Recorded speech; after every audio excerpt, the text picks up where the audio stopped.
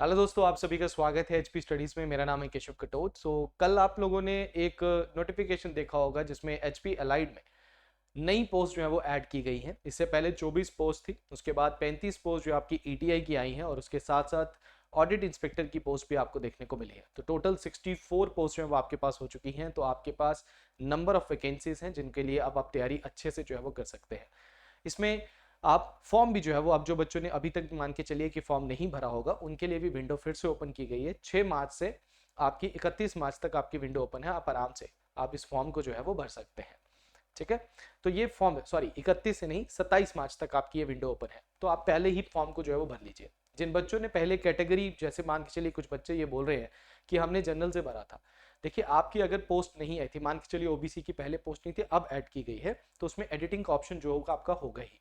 और अगर आपने वहां पे कैटेगरी को भरा हुआ होगा तो वहां पे ऑटोमेटिकली आप उस कैटेगरी में ऐड है। उन्होंने पहले ही बोला था कि अगर आप ओबीसी से हैं तो आप ओबीसी की कैटेगरी जरूर बताएं अपनी, ताकि फीस में कंसेशन भी हो सकता है आपको, या फिर आपको बाद में जाके अगर एडेंडम के थ्रू जो है ऐड किया जाता है तब भी आप हो जाते हैं। अगर फिर भी आपको कोई डाउट आता है तो आप एचपीपीएससी में कॉल कर सकते हैं। बहुत सारे बच्चों ने वहां पे फोन करके भी अपने एप्लीकेशन में कोई चेंज करवाना हो तो वो कर सकते हैं। तो एक बार अपनी एप्लीकेशन को ओपन करके उसमें एडिट करने का एक ऑप्शन होता है, उसको करके देखिए, अगर एडिट होता है तो वेल एंड गुड है। ठीक है, सो आज के वीडियो में हम क्या जानेंगे। सबसे पहले क्या होता है कि जब हम तैयारी करना शुरू करते हैं तो हमारे को तैयारी किस तरीके से करनी होती है, शुरुआत कैसे करनी होती है, इसके ऊपर मैं ऑलरेडी एक वीडियो बना चुका हूँ, उसको जरूर देखिएगा। जो बच्चे कोचिंग नहीं लेते हैं या फिर कोचिंग लेते हैं, हर बच्चा जो है वो कोचिंग के बाद भी पढ़ता है, एक बच्चा कोचिंग नहीं लेता वो भी पढ़ता है। ठीक है, कोचिंग में आप क्लासेस लगाते हैं, उसके बाद आपको पढ़ना तो पड़ेगा ही। तो जब हम पढ़ाई करते हैं तो उस टाइम पे हमें कई चीजों का ध्यान रखना पड़ता है। क्योंकि देखो, आप जब किसी चीज की तैयारी कर रहे हैं, चाहे आप यूपीएससी की तैयारी कर रहे हैं, चाहे एचएएस की तैयारी कर रहे हैं, एचपी लाइट कर रहे हैं, या फिर किसी एग्जामिनेशन की तैयारी कर रहे हैं, ये चीजें हमेशा ही आपके साथ रहेंगी। तो अभी आपका नायब तहसीलदार की पोस्ट भी जो है आपकी 19 पोस्ट जो है वो आपकी रेडी है, एचपीपीएससी के पास है। कभी भी इसकी नोटिफिकेशन एचएएस के साथ ही, मतलब आपके एचपीपीएससी जो है वो नोटिफिकेशन लगा सकता है। नोटिफिकेशन निकालने के लिए आप आचार संहिता वाली चीजों को ना बीच में लेकर आए, वो आपकी उस टाइम पे भी निकाल सकते हैं। अभी भी देखो फॉर्म फिलिंग जो है वो करवा ही रहे हैं इसके लिए। तो थिंग इज कि तैयारी करते वक्त हमें कुछ चीजों का ध्यान जो है वो रखना होता है। देखो, स्मार्ट स्टडी करनी है हमने। स्मार्ट स्टडी का मतलब होता है कि एक बंदा जो है वो बस पढ़े जा रहा है, पढ़े जा रहा है, पढ़े जा रहा है, और जब वो पेपर में बैठता है तो उसके साथ वो चीज नहीं हो पाती जो वो चाहता है। चाहता क्या है कि मेरे सारे क्वेश्चन हो, एटलीस्ट मैं मेरिट के पास जाऊं। वो देखता है कि यार मैं तो थ्योरीज में पढ़ता रहा, मैं तो चीजों को पढ़ता रहा, मैं तो ज्ञान लेता रहा, पर जब मैं पेपर को करने लगा तो मेरे ऑब्जेक्टिव क्वेश्चन में वो कहीं से भी नहीं हुआ, फैक्ट्स की नॉलेज मुझे याद नहीं रह रही है। तो मैं किस चीज को पकड़ूं, किसको नहीं पकड़ूं, उस आज की वीडियो में वो पूरा डिस्कस जो है मैं आपके साथ करूंगा। ठीक है, तो सबसे पहले देखिए, ये वीडियो बनाने का सबसे मेन मकसद क्या है कि हर बच्चा जब भी तैयारी करता है तो उसके पास कुछ ऑब्स्टिकल्स होते हैं तैयारी करते वक्त, उसको कुछ डाउट्स आते हैं। उन डाउट्स के ऊपर ही ये वीडियो है, क्योंकि बच्चे के मन में, मेरे साथ कई स्टूडेंट्स जो एलपी एलाइड के बैच में भी मेरे साथ जुड़े हुए हैं, दैट इज रिकॉर्डेड बैच में भी है, लाइव बैच में भी है, उन सबकी एक डाउट हमेशा रहता है कि सर ध्यान किस चीज का रखा जाए। क्योंकि एक पर्सन जो टॉप करता है, जो बंदा हमेशा पेपर क्लियर कर रहा है, जो बंदे पेपर क्लियर कर रहे हैं, उनमें और आप में क्या डिफरेंस रह जाता है अगर आप नहीं कर पा रहे हैं, या फिर आप फर्स्ट टाइम है, तो आपको किन चीजों का ध्यान रखना है, जो कि आपको ऐसा ना हो कि आपके पास ये अटेम्प्ट निकल जाए और बाद में आपको ज्ञान की प्राप्ति होती है कि भाई ये चीजें गलतियां नहीं करनी है। तो पेपर से पहले ही इन चीजों को ध्यान रखें, तैयारी के साथ साथ ध्यान रखें। एकदम से आप इन चीजों को नहीं अडॉप्ट कर पाएंगे, पर धीरे धीरे अपनी तैयारी में जो है वो इन चीजों को एड ऑन जरूर करें। ठीक है, सबसे पहले बच्चे के मन में या आपके मन में सबसे पहले एक चीज आती है कि दैट सर कितने टाइम हमें पढ़ना चाहिए। हर बच्चे के माइंड में होता है, एक एस्पिरेंट के टाइम माइंड में होता है कि यार कोई किसी का, मान के चलिए आप किसी का इंटरव्यू देखा आपने और किसी के बारे में आपने सुना, उसने बोला कि मैं तो 12 घंटे पढ़ता था, कोई बोल रहा है मैं 18 घंटे पढ़ता था, कोई बोल रहा है मैं सिर्फ 2 घंटे पढ़ता था, कोई बोलता है मैं 3 घंटे पढ़ता था। देखिए, सबसे पहले आपको ये ध्यान में रखना है कि आपके पास नॉलेज कितनी है। आपने जब सिलेबस उठाया था तो आपको ये देखना है कि भाई मैंने सिलेबस उठाया और इस सिलेबस में मुझे कितना आता है। अब मेरे साथ मैंने कई बच्चे देखे जिन्होंने पहले कभी तैयारी नहीं की है और उन्होंने तैयारी की शुरुआत की है, तो वो जब क्लासेस लगाते हैं तो उनको बहुत सारे डाउट्स आते हैं उनके मन में। एक ऐसा बच्चा है जो कि ऑलरेडी 2019 का पेपर भी दे चुका है, 18 का पेपर भी दे चुका, फिर से पेपर देने की कगार पे, तो उसको एक्सपीरियंस है भाई, पेपर का भी एक्सपीरियंस है, उसको सिलेबस का भी एक्सपीरियंस है, पता है, तो उसके लिए अलग टाइमिंग होगी कि भाई वो कितने घंटे पढ़े। और एक पर्सन है जिसको नॉलेज नहीं है अभी, जैसे मान चलो आपका एचपीजी के स्ट्रांग है, बट आपका ज्योग्राफी पॉलिटी हिस्ट्री में आप इतने अच्छे नहीं है, हिस्ट्री स्ट्रांग है तो पॉलिटी स्ट्रांग नहीं है। तो हमें ये पता होना चाहिए कि मुझे पूरे सिलेबस में कितनी चीजें अच्छे से आती हैं, तो उसके हिसाब से मुझे टाइम जो है वो देना है। बट अगर मैं एक मिनिमम और एवरेज टाइम निकालूं तो आपके 7 आवर्स जो होते हैं, 7 घंटे जो है वो अगर आप डेली पढ़ते हैं, और ये जब पढ़ने की बात जब मैं करता हूं तो मैंने हमेशा बोला है, क्लासेस में भी बोला है, अपने लाइव सेशंस में भी बोला है कि 7 घंटे मतलब आप किसी और चीज पे ध्यान नहीं देंगे। अगर आप जॉब भी करते हैं तो 4-5 घंटे, अदरवाइज 7 घंटे इनफ होते हैं यार। इससे ज्यादा अगर आप पढ़ने की कोशिश करेंगे तो आप कर सकते हैं, इसमें कोई डाउट नहीं कि आप 12 घंटे पढ़ लो यहाँ से, कोई दिक्कत नहीं, बट आपका कैलकुलेटिव होना चाहिए, कैलकुलेटिव और क्वालिटेटिव होना चाहिए कि भाई आपकी वहां पे आप मतलब द थिंग इज दैट कि आप पढ़ क्या रहे हैं और वो पेपर के ओरिएंटेड जो है वो होना चाहिए, ना कि आप सिर्फ एक किताब पकड़ ली। जैसे मान के चलिए, एक एग्जांपल देता हूं कि आपने गांधीयन थॉट पढ़ना है, ठीक है, गांधीयन थॉट्स के ऊपर क्वेश्चन आता है और आप माय एक्सपेरिमेंट विद ट्रूथ को पूरा पढ़ने लग गए। बुरी बात नहीं है, अच्छी बात है, my experiment with truth Gandhi ji की क्या है, आत्मकथा है भाई, ठीक है, पढ़ो, वहां से आपको गांधीयन सर्टिफिकेट मिल जाएगा। बट क्वेश्चन कितने आने हैं? 5 या फिर चलो 7 हो गए, 7 क्वेश्चन आने, उनमें से कुछ तो आपके 1915 के फ्रीडम स्ट्रगल से 1947 तक का ही पूछ लेता है वो, जैसे पिछली बार का देखोगे तो वहीं से पूछ लेगा। 1-2 क्वेश्चन उनके ऊपर जो है वो आपकी उनकी लाइफ के ऊपर, कुछ उनकी सोच के ऊपर, थॉट्स के ऊपर क्वेश्चन जो है वो आपको पूछा जाएगा। तो आप उसके लिए पूरा का पूरा टाइम वेस्ट कर रहे हैं। That is the point, that कि आपको स्मार्ट स्टडी करनी है। तो around 7 hours is the average. इसमें आप 2 ऐड कर सकते हैं, 9 आवर्स भी कर सकते हैं। अगर आप लाइब्रेरीज में जाते हैं, बैठते हैं, वहां पे 9 घंटे बड़े आराम से आप लगा सकते हैं। उसको डिवाइड करो, टाइम टेबल के अकॉर्डिंग डिवाइड करो, क्योंकि आपको पता है कि हिंदी भी आनी है, इंग्लिश भी मेंस में आनी है, उसके साथ साथ हिंदी इंग्लिश को साथ साथ में लेके चलना, एंड में बर्डन बन जाएगी। दूसरी चीज, आपका करंट अफेयर, एचपी जीके 60 ये दोनों बहुत इंपॉर्टेंट होंगे, और जीएस तो बहुत वास्ट है। 80 मार्क्स का आपका आना है, 80 की जगह 80 आता नहीं है, वो 90 या फिर 95 इतना पहुंच जाता है, ठीक है। तो टाइमिंग का देख लो, ध्यान में रखना इस चीज का कि आपने ध्यान में रखना है कि 7 घंटे तो मिनिमम पढ़ना है, मैक्सिमम आप चाहे जितना मर्जी कर लो, चाहे आप 12 घंटे पढ़ो या कुछ भी पढ़ो, बट मैनेज इस तरीके से करना कि क्वालिटेटिव आपका रहे यहाँ पे, और आप कैलकुलेटिवली वहां पे पढ़े और टाइम टेबल के अकॉर्डिंग जो है वो पढ़े। ये टाइम निकालना, सबसे पहले आपको टाइम निकालना है, टाइम टेबल बना के बताना कि भाई ये मेरे स्लॉट्स हैं, क्योंकि मेरा टाइम टेबल और आपका टाइम टेबल डिफरेंट होता है, तो आप हर बंदे का अलग अलग होगा, तो आपको वो टाइम गैप निकालना है। अब देखो यहाँ पे बेस्ट टाइम ऑफ स्टडी भी पूछा जाता है, मेरे से बच्चे पूछते हैं कि सर आप तैयारी कब करते थे, आप तैयारी करते थे तो आप सुबह करते थे कि, अच्छा मैंने बोल दिया मैं सुबह करता था, तो बोलेगा ओके ठीक है मैं भी सुबह करूंगा, उससे उठा नहीं जा रहा। जैसे कोई बच्चा काम करता है, जॉब करता है ना, तो वो भी सोच रहा है कि मैं भी सुबह उठूंगा, नहीं उठा जा रहा, थका हुआ है, या रात को पढ़ने की कोशिश कर रहा है।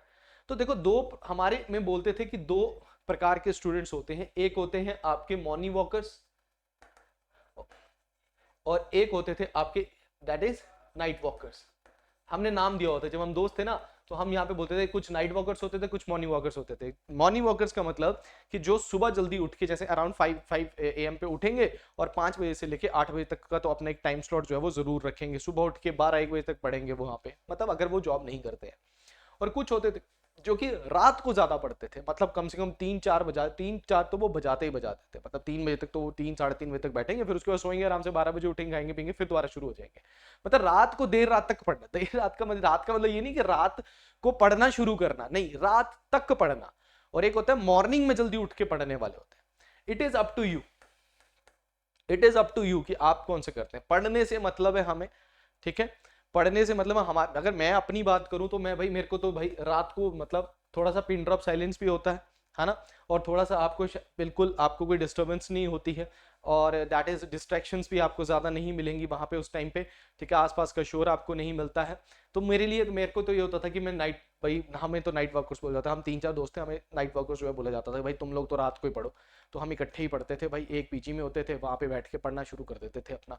और रात को क्या होता था कि एक दूसरे को देख के पढ़ने का मन कर जाता था, जैसे मान के चलो कंपटीशन ही हो जाता था एक तरीके से। देखो पेपर की तैयारी तो इकट्ठी है, अब मैं सोऊंगा मुझे लगा यार वो तो पढ़ रहा है ना, तो कंपटीशन तो रखना चाहिए आपको, तो वो एक फील आता है कि वो आपको तैयारी जो है वो करवाता है। तो एक अगर बैठा तो हिम्मत मिलती है भाई नहीं मैं भी बैठूंगा, एक सोएगा तो फिर ऐसे होता है, तो एक दूसरे की हिम्मत जो है वो मिल जाती है। अगर आप अकेले भी पढ़ते हैं तो कोई बात नहीं, आप जब मर्जी पढ़िए, बट आपका मेरे हिसाब से, मैं तो नाइट था तो मैं नाइट बोलूंगा। This is not a case that आप सुबह पढ़े शाम पढ़े। अगर आप जॉब पे जाते हैं, ठीक है, थके होते हैं, रात को जल्दी सो जाइए, सुबह उठिए, ये चीज होती है, ठीक है।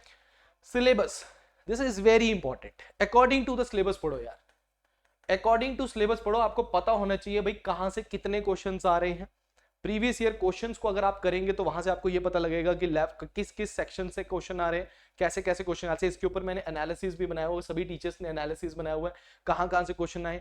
प्रीवियस ईयर क्वेश्चन भी हमने हमारी एचपी स्टडीज के यूट्यूब चैनल पर डिस्कस किए हुए हैं। ये सब कुछ सिलेबस वगैरह डिस्कस किया हुआ है। इस सिलेबस को अच्छे से पढ़ो। सिलेबस जितना आप अपने पास, उसका फोटो कॉपी निकालो, देखो भाई कौन कौन से पॉइंट से क्वेश्चन है, और प्रीवियस ईयर क्वेश्चन से आपको पता लगेगा। तो इन चीजों को देखो, ये आपका टाइम भी सेव करती है और आपकी एग्जैक्ट हिट करते हो आप उस जगह पे जहां पे आपको पढ़ना है। आप फिर डाइवर्ट नहीं होते हो। जब आपको पता लगा पॉलिटी आनी है, आप पढ़ रहे हैं पॉलिटी, पूरी किताब पढ़ डाली आपने, अब उसमें से किस सेक्शन से ज्यादा क्वेश्चन आते हैं आपने उसको रिवाइज नहीं किया, ये बड़ी जरूरी है। और रिवीजन को ध्यान में रखना कि जब भी आप किसी चीज को पढ़ रहे हैं तो उसको रिवीजन जरूर है। रिवीजन का बात भी मैं आपको करूंगा। अब जब आप पढ़ रहे हैं तो उसके साथ नोट्स मेकिंग बहुत इंपॉर्टेंट है यार। नोट्स नहीं बनाओगे ना तो बहुत डिफिकल्ट हो जाएगा। पॉलिटी में लक्ष्मीकांत उठा ली, लाइनें मार रहे, मैंने देखे कई बच्चों ने, देखो क्या किया होता है, बुक पकड़ी होती है, बुक के ऊपर पिंक येलो कलर के वो मार्कर पूरा मार मार के पूरी लाल पीली कर दी जाती है। रिस्पेक्ट योर बुक्स यार। नोट्स मेकिंग का मतलब होता है कि इंपॉर्टेंट पॉइंट्स वो कहां से पता लगेंगे, पीवाईक्यू से पता लगेगा। यार आर्टिकल से क्वेश्चन आता है, ये आर्टिकल इंपॉर्टेंट है, 5-6 बार ही आ चुका है। अच्छा अभी करंट से भी ये आर्टिकल इंपॉर्टेंट है, जैसे 105(2), 194(2) मैंने अभी राज्यसभा वाला बनाया, भाई इंपॉर्टेंट है। वो नोट्स होते हैं। नोट्स का मतलब ये थोड़ा होता है प्रेसिडेंट की पावर क्या होती है, लिख लिया, अरे वो तो याद रहेगी, वो कंसेप्ट है, वो याद रखना पड़ेगा। बट उसके बीच में जो छोटे छोटे पॉइंट्स हैं जो आपको प्रीलिम्स में पूछे जाते हैं वो ध्यान में रखने हैं, वो होती है नोट्स मेकिंग, वो आपको रखने। ज्योग्राफी में हो गया तो लेक्स का हो गया, माउंटेन कहां पे है, ये पेनिसुला कहां पे है, वर्ल्ड मैप है, कैस्पियन सी के पास कौन से, वो नोट्स होते हैं आपके, वो बनाने। मॉडर्न हिस्ट्री में क्या करना है हमें, मॉडर्न हिस्ट्री में हमारे को जैसे जर्नल्स हो गए, कहां से क्वेश्चन आ रहा है, रिवोल्ट कौन सा है, क्रोनोलॉजिकल ऑर्डर क्या है, किस गवर्नर जनरल के टाइम पे क्या हुआ, वो पॉइंट्स बनाने, वो दिस इज द नोट्स, वो आपकी मेकिंग साथ में। वो पेपर से पहले जब आप रिवीजन करते हो एंड टाइम पे 3-4 दिन या 5 हफ्ता 2 हफ्ता रहते हैं, उस टाइम पे आपकी हेल्प करते हैं। तो ये साथ साथ में करना जरूर शुरू कर दो। नोट्स नहीं बनाओगे बहुत दिक्कत होगी बाद में। पूरी मान के चलो आपने इतनी बुक पढ़ी है, मान के चलो आपने स्पेक्ट्रम भी पढ़ी है, एनसीईआरटी पढ़ी है, अब बार बार उनको थोड़ा उठाओगे। जो नोट्स उठाए हैं वो आपकी हेल्प करेंगे प्रीलिम्स के पॉइंट ऑफ व्यू से, मैं बोल रहा हूं यहाँ पे। Practice questions of every topic. मान के चलिए आपने पार्लियामेंट को पढ़ा, कम से कम 50 क्वेश्चंस, 50 to 80 क्वेश्चंस नेट पे भरा पड़ा है यार, ठीक है। हमारा Monday, Wednesday, Friday, that is Friday, हमारा एक मॉक टेस्ट चला हुआ है। हमने कम से कम 12 मॉक टेस्ट करा दिए। किस लिए करवा रहे? आपकी हेल्प के लिए। उन मॉक टेस्ट को लगवाए, खुद के प्रैक्टिस क्वेश्चंस कर लो। लूसेंट की एक बुक आती है, लूसेंट की बुक आती है जिसमें ऑब्जेक्टिव क्वेश्चंस होते हैं, करिए उसको। जब वो टॉपिक वाइज है और उसमें सीडीएस, यूपीएससी, यूपीपीसीएस सबके क्वेश्चंस दिए हुए हैं उसमें, वहां से क्वेश्चंस करिए। आप देखो क्वेश्चन से आपको ये होगा, आपको कॉन्फिडेंस आएगा। प्रतियोगिता दर्पण मैंने आपको करंट अफेयर्स के लिए एक मैगजीन बोली थी, उसके पीछे जितने भी पेपर होते हैं पूरे साल में वो सारे के सारे वहां होते हैं। जो आपको लगता है बिहार का पीसीएस हुआ है, यूपी का पीसीएस हुआ है, या किसी का कोई एग्जामिनेशन हो, उठा लो वहां से जो रेलेवेंट लगता है क्वेश्चन। देखो करंट अफेयर तो वहां पे पता लगेगा कि एग्जामिनर की सोच क्या आ रही है, कि वो कौन से करंट अफेयर्स को पूछ रहा है, क्या पता आपके पेपर में भी हिट कर जाए। तो ये प्रैक्टिस क्वेश्चन, जैसे पार्लियामेंट पढ़ा, ज्योग्राफी में क्लाइमेटोलॉजी पढ़ा, पूरे के क्लाइमेटोलॉजी के क्वेश्चंस कर लो। That is the thing that, तब वो आपको कॉन्फिडेंस देता है। साथ साथ वो प्रैक्टिस क्वेश्चन बहुत जरूरी है। टॉपिक के साथ, टॉपिक किया प्रैक्टिस क्वेश्चन, टॉपिक किया प्रैक्टिस क्वेश्चन। अरे नेट पे भरे पड़े हैं यार क्वेश्चन, यूट्यूब पे भरे पड़े। मैं क्या कहता हूं, मेरा नहीं छोड़ो, बहुत सारे क्वेश्चंस मिलेंगे, करो उन क्वेश्चंस को, आपको यहां कॉन्फिडेंस दिखेगा। करंट अफेयर डेली, ये छोड़ा तो गए 60 मार्क्स, 50 to 60 मार्क्स आपके यहां से गायब हो जाएंगे अगर आपने ढंग से नहीं पढ़ा। मैं चाहता हूं यहां पे बच्चा 50 क्वेश्चन, अगर मान के चलो 60 क्वेश्चन आ रहे हैं तो कम से कम 50 अबव जो है वो मार्क्स ले यहां पे। क्यों? आप बोलोगे सर इंपॉसिबल है, नहीं है इंपॉसिबल, ठीक है, नहीं है इंपॉसिबल, मैंने खुद ली है भाई, तो इंपॉसिबल तो नहीं है। आप आराम से जो है वो करंट अफेयर के सेक्शन को रोज पढ़ें, क्योंकि जितना आप करंट अफेयर को रोज पढ़ेंगे, एक दिन का काम नहीं है कि आपने कहीं से किसी होती है ना कई सारी मैगजीन्स मिलती हैं, वहां से उठाई 6 मंथ्स की मैगजीन उठाई, भाई इतना आसान भी मत करो, इतना बर्डन के साथ नहीं करोगे। डेली करंट हार्डली 1 आवर देना होता है आपको, बस पढ़ना है और छोड़ना है, रिवीजन करनी है, नोट्स बनाने, रिवीजन करनी है। आपको पीवाईक्यू से पता लग जाएगा करंट अफेयर में भी कहां से क्वेश्चंस आ रहे हैं। एनालिसिस करंट अफेयर का नितिन सर ने इतना बेस्ट बनाया है, उसको देखो, वहां से पता लगेगा कि कहां कहां से क्वेश्चंस आते हैं। और पिछले 6 मंथ के अब आपको पता लग गया, कम से कम मई जून के टाइम पे आपका, जून तक आपका पेपर आएगा, तो पिछले 1 साल का करंट अफेयर है वो साथ साथ में अभी से, जैसे मान लो सितंबर, अक्टूबर, नवंबर, दिसंबर, जनवरी, फरवरी, मार्च, और जो अभी चल रहा है, धीरे धीरे धीरे धीरे बिल्डअप करते रहो। और एंड में रिवीजन, जब तक आंखों के सामने से 5-6 बारी निकल नहीं जाता तब तक रिवीजन करना भी बेकार हो जाता है। बार बार उसको निकालते रहो अपने आंखों के सामने। एचपीजी के ये भी आपने डेली करनी, एचपीजी के को मत छोड़ना, या तो 4 दिन या तो डेली। इससे कम मत करना, क्योंकि एचपीजी के जो आप पढ़ते हो ना, ज्योग्राफी, पॉलिटी, हिस्ट्री, इकोनॉमी, वो सारी की सारी एचपीजी के अपने में ही एक बहुत बड़ा सिलेबस है ना। तो हिस्ट्री पढ़नी है अलग से, ज्योग्राफी अलग से, इकोनॉमी अलग से, इकोनॉमिक सर्वे अलग से। और इकोनॉमिक सर्वे ध्यान में रखना 10 क्वेश्चन पक्का क्वेश्चन पूछ लेगा आपसे वो, तो वो 10 क्वेश्चन आपसे पूछेगा यहाँ पे। तो एचपीजीके को भी डेली है और एचपीजीके का सिलेबस लेके चलना और प्रीवियस क्वेश्चन के साथ चलना है। और साथ साथ में जीएस का एक टॉपिक पकड़ लो, एक 1 बाय 1 पकड़ना, जीएस कट्ठी मत पकड़ लेना, क्योंकि ये दोनों सेक्शन आपको 120 नंबर है और यहाँ पे 80 है, और 80 में से भी 15 का तैयारी करोगे, फिर 15 की तैयारी करोगे, फिर 15 की तैयारी करोगे, तो 1 बाय 1 करना शुरू कर दो। आपने 140 150 को टारगेट करना है, आप बड़े सेफ हो जाओगे। टारगेट इसलिए बोल रहा हूं क्योंकि जितना मैक्सिमम टारगेट रखोगे उतना अच्छा रहेगा आपके लिए, ठीक है। पिछली बार की कट ऑफ 87 कुछ समथिंग थी, उससे पहले की देखोगे तो वो ज्यादा थी, ठीक है। तो 4 साल बाद आ रहा है, 4 साल में घोटा बोलते हैं ना, घोटा चढ़ा चढ़ा के बच्चों ने पढ़ा हुआ है, तो कंपटीशन भी ज्यादा होगा, तो उतने का टारगेट रखना है। तो इन पॉइंट्स को थोड़ा सा अपनी तैयारी के साथ दिमाग में रखिएगा। आई होप आपको ये जो पॉइंट्स मैं बता रहा हूं आपके लिए हेल्पफुल होंगे। आप कर सकते हैं, ये चीज का कॉन्फिडेंस रखना और डरना मत सिलेबस से, ठीक है। सिलेबस में यार बहुत ज्यादा, कई बच्चे मेरे को बोलते हैं जब मैं लाइव सेशन में बोल सर सिलेबस बहुत ज्यादा पढ़ा दिया आज। नहीं, जितना ज्यादा मिल जाए, जितना हो उतना रखो अपने पास, क्योंकि पेपर आपका देखा होगा आपने, अभी एनटी का पेपर 2022 में हुआ है, किस तरीके का पेपर आया। 2018 में पेपर जो हुआ था और 2022 में जो पेपर हुआ था, जमीन आसमान का अंतर था दोनों में, और वही अंतर आपको यहाँ पे 2019 का पेपर जो हुआ था और आपका अभी जो 2024 में पेपर होगा, जमीन आसमान का अंतर आपको देखने को मिलेगा। और इस एचपीपीएससी की सोच को पकड़ो। क्रोनोलॉजिकल ऑर्डर दे रहा है, मैच द फॉलोइंग दे रहा है, 4 करंट अफेयर दे रहा है, पूछ रहा है कौन सा करेक्ट है कौन सा गलत है। ये इन्होंने आपको वो कहते हैं दाना डालना शुरू कर दिया था 2021-22 का आपका जो पेपर है एचएस का, तब से बता दिया था कि हम चेंज कर रहे हैं।